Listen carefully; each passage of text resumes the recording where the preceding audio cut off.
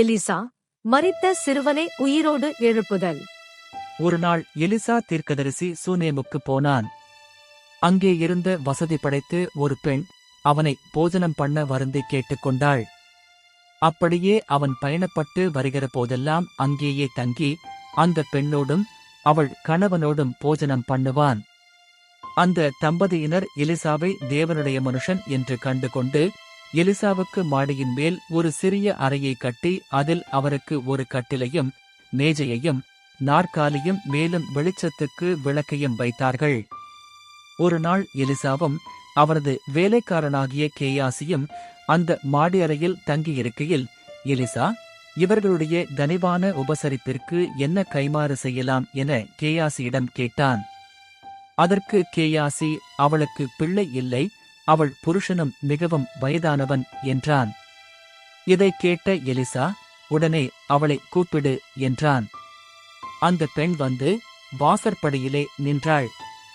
Elisha அவளிடம், அடுத்த வருடம் இந்த நேரம் ஒரு குமாரனை உன் கையில் ஏந்திக் கொண்டிருப்பாய் என்றான்.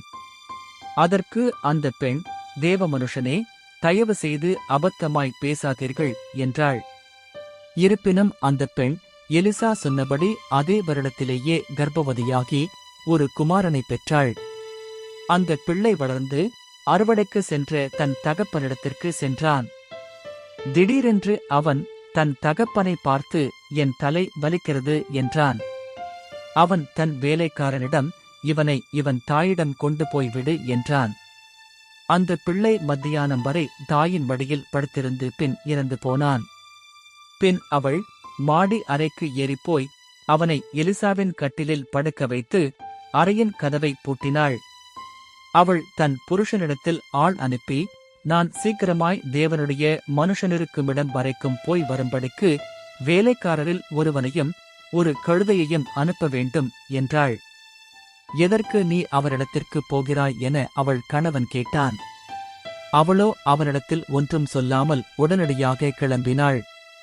அவள் அந்த கழுதையின் மேல் ஏறி வேலைக்காரனை நோக்கி, நீ வேகமாய் ஓட்டு, போகிற வழியில் எங்கும் நிற்காதே என்றாள்.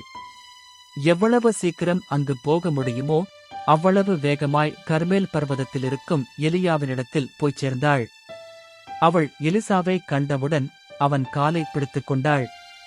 கேயாசி அவளை விலக்கிவிட வருகையில் எலிசா, அவளை தடுக்காதே, அவள் ஆத்துமா துக்கமாயிருக்கிறது, கர்த்தர் அதை எனக்கு அறிவியாமல் மறைத்து வைத்தார் என்றான்.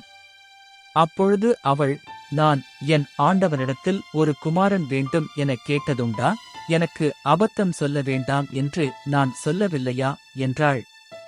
அப்பொழுது எலிசா கேயாசியை பார்த்து, நீ உன் இடையை கட்டிக்கொண்டு என் தடியை உன் கையில் பிடித்துக்கொண்டு வழியில் யாருடனும் பேசாமல் அதை பிள்ளையின் முகத்தின் மேல் வை என்றான். கேயாசி அவர்களுக்கு முன்னே போய் எலியாவின் தடியை பிள்ளையின் முகத்தின் மேல் வைத்தான். ஆனாலும் உணர்ச்சியோ அசைவோ தென்படவில்லை. ஆகையால் கேயாசி எலிசாவிடம் திரும்பி வந்து, பிள்ளை விழிக்கவில்லை என்று அறிவித்தான்.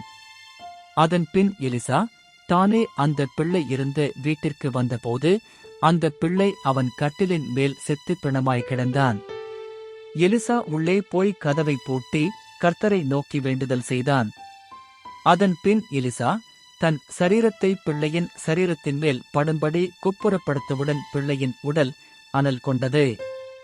எலிசா எழுந்து அறை வீட்டில் அங்குமிங்குமுலாவி திரும்ப அவன் மேல் குப்புறப்படுத்தான். அப்பொழுது அந்த பிள்ளை 7 தரம் தும்மி தன் கண்களை திறந்தான். அதன் பின் எலிசா கேயாசியை கூப்பிட்டு அவன் தாயை அழைத்து வரச் சொன்னான். அவள் உள்ளே வந்தபோது, எலிசா, உன் குமாரனை எடுத்துக்கொண்டு போ என்றான். அவள் எலிசாவின் பாதத்தில் விழுந்து தரை மட்டும் பணிந்து தன் குமாரனை எடுத்துக்கொண்டு சென்றாள். உங்கள் பதில் என்ன? 1. எலிசா அற்புதம் நிகழ்த்திய ஊரின் பெயர் என்ன? 2. எலிசாவின் வேலைக்காரனின் பெயர் என்ன?